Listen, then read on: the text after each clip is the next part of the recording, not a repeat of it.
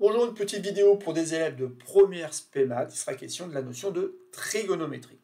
L'exercice de cette vidéo, c'est un exercice d'approfondissement. C'est un exercice qui n'est pas très simple, mais néanmoins qu'on peut aborder en classe de première. Il faut résoudre dans l'intervalle 0 inclus, 2π exclu, l'inéquation suivante. 2 cosinus x moins 1, facteur de 2 sinus x plus racine carrée de 3, doit être inférieur strictement à 0. Je vous laisse le temps d'appuyer sur pause, essayez donc de résoudre cette inéquation. Simplement après, vous pourrez lire la suite de cette vidéo. Alors passons à la correction de cet exercice. C'est vrai que pour un élève de première, cette inéquation peut paraître assez compliquée. Et en effet, elle n'est pas très simple. Néanmoins, il faut avoir les idées bien claires, se dire que finalement, ça peut ressembler à un exercice de seconde quelque part, où il faudrait trouver donc les valeurs de grand X, telles que 2 grand X moins 1 facteur de 2 grand X plus racine carrée de 3, soit inférieur strictement à 0. Et ça nous met un petit peu sur l'idée que ça peut passer, comme en classe de seconde, à travers donc un tableau de signes.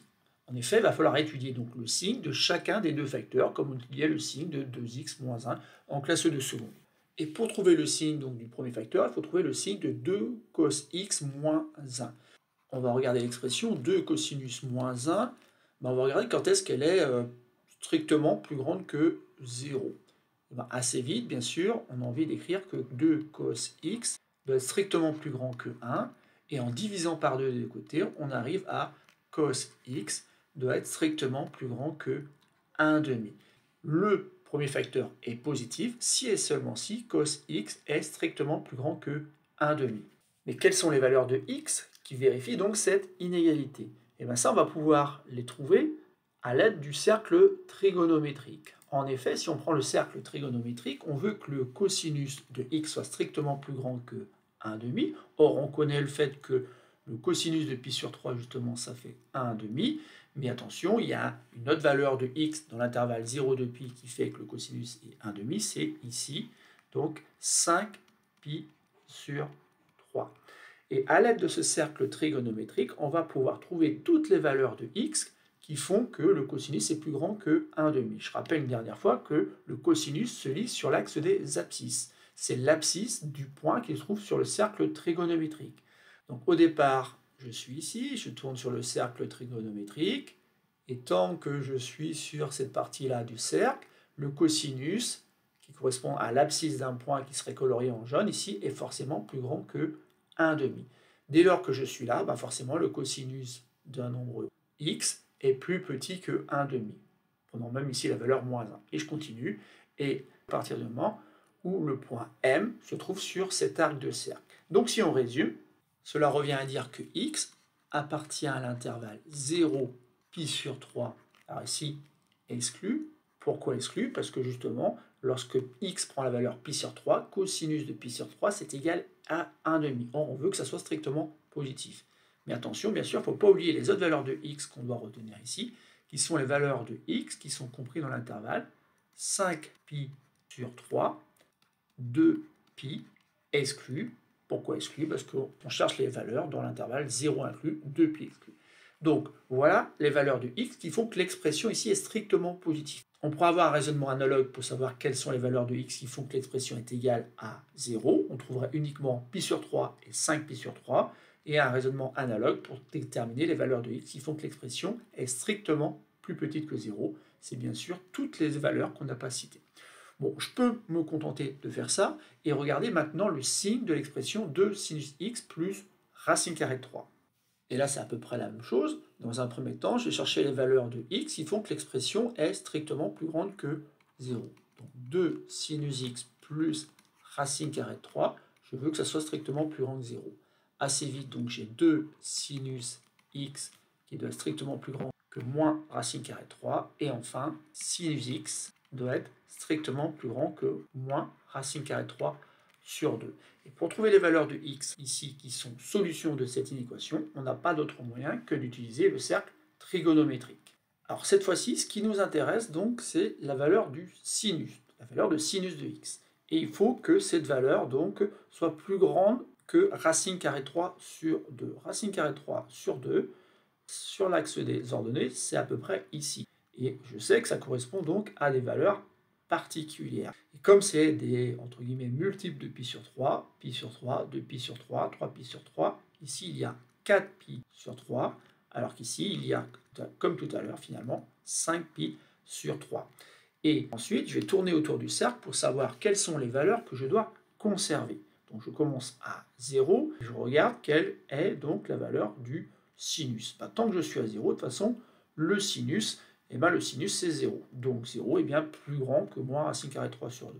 Et bien sûr, tant que je suis sur ce quart de cercle, et même sur ce demi-cercle, il n'y a pas de problème.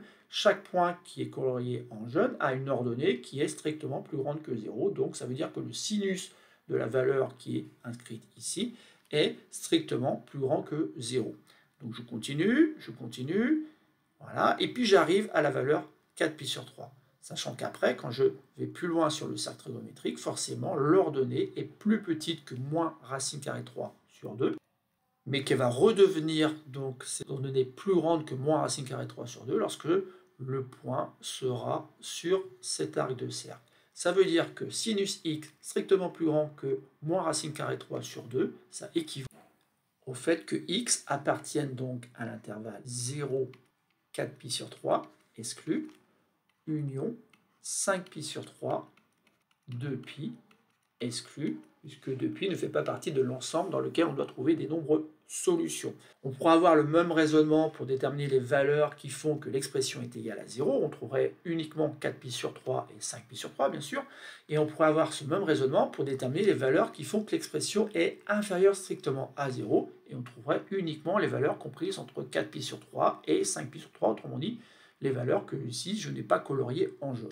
Et maintenant, j'en ai assez donc pour faire un tableau de signes. Donc on construit un tableau de signes sur l'intervalle 0, 2pi. D'ailleurs, 2pi ici c'est une valeur interdite car elle ne fait pas partie de l'intervalle, on peut rajouter une double barre. Ensuite, parmi les valeurs particulières, il y a 0, mais il y a aussi pi sur 3, qu'on voit apparaître ici. On voit 5pi sur 3 et on voit aussi 4pi sur 3. 4pi sur 3, 5pi sur 3. Et après, je fais comme en classe de seconde, c'est-à-dire qu'en fait, ici, il y a plusieurs cas de figure suivant les valeurs de i. On a vu que l'expression 2 cos x moins 1 était positive dès lors que x se trouvait dans l'intervalle 0, pi sur 3 exclu. Donc je mets un plus ici, mais aussi lorsque x était dans l'intervalle 5pi sur 3, 2pi exclu. Donc je mets un plus ici. Sinon, l'expression est négative, sachant bien sûr qu'on avait vu qu'elle s'annulait en pi sur 3 et en 5pi sur 3. Et ensuite, on fait la même chose pour l'expression 2 sinus x plus racine carrée de 3. On a vu qu'elle était strictement positive dès lors que x appartenait à l'intervalle 0, 4pi sur 3, où je mets donc des plus, mais aussi lorsque x appartenait à l'intervalle 5pi sur 3, 2pi. Donc là, je mets des plus, et ici, forcément, je mets moins. On a aussi constaté en fait, que l'expression s'annulait finalement en 4pi sur 3 et en 5pi sur 3. Et ensuite, je n'ai plus qu'à utiliser que la règle des signes.